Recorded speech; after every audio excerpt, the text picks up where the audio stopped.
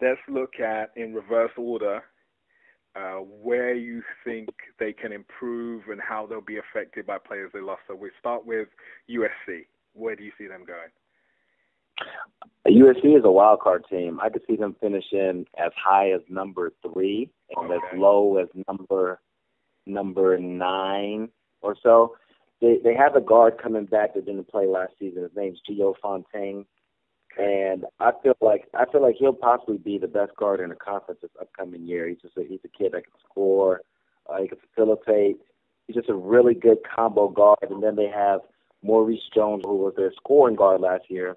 And the reason I like Fontaine coming back is because what he's going to do is he'll free up Maurice Jones quite a bit, who had to play the point guard this past season, although he's more of a scorer.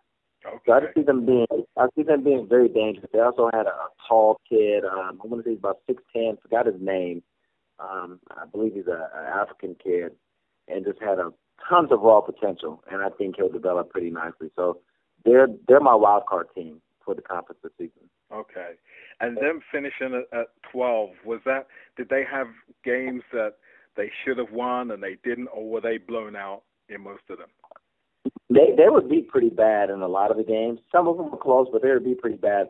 The issue is they just had a lot of injuries, and injuries to guys that were just irreplaceable at the time. It's the kind of injuries you don't plan for. I mean, it's one thing to have one guard hurt, but I believe they had 2 guards hurt at a certain time. Right. They had a kid get injured, and it was just one of those bad seasons where it was the perfect storm of negativity.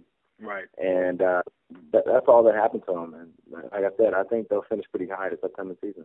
Okay. All right. Utah. What do you think on that? Utah. Well, they finished low this past season. I mean, I actually think USC was better than Utah this past season, but Utah snuck away with a few wins. I think they'll struggle again. I think they have to go get a marquee player. Right. They need a guy that they can just hang their hat on. They have some good players, but I wouldn't say necessarily anybody great and anybody noteworthy. So it's going to take a little bit of time.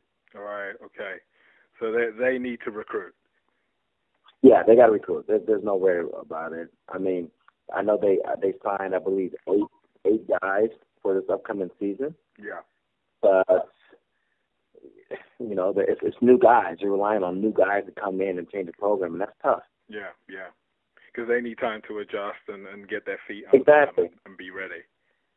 Exactly. The ideal situation when you have new guys coming in, whether it's a freshman or it's a transfer or a red shirt, is that new guy or new guys are learning under the leadership and guidance from some juniors or seniors, or if you have a star sophomore, but that's not the situation there. So that's why I expect them to take a few more years.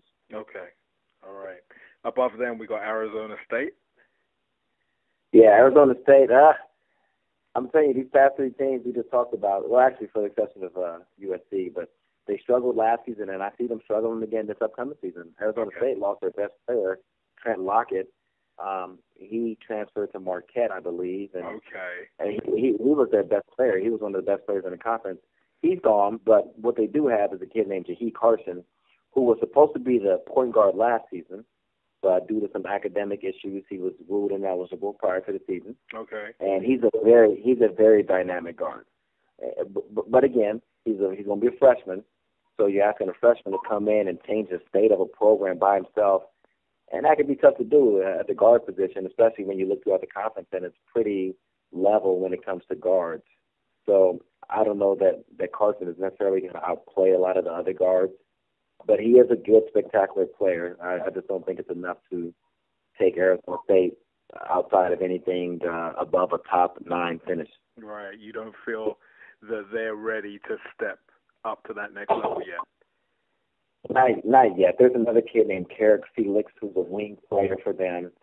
He's a promising talent, but you're really going to be relying on him and Jahi Carson, and I just don't know if they're that dynamic of a guard tandem to outplay the other 11 teams in the conference. Right. Do you think they'll surprise any teams? I think they'll get some sneaky wins. Again, Utah last season, they finished very low, 11th, I believe. but they were able to muster up a couple wins. Right. And I think Arizona State will be able to do the same thing this season.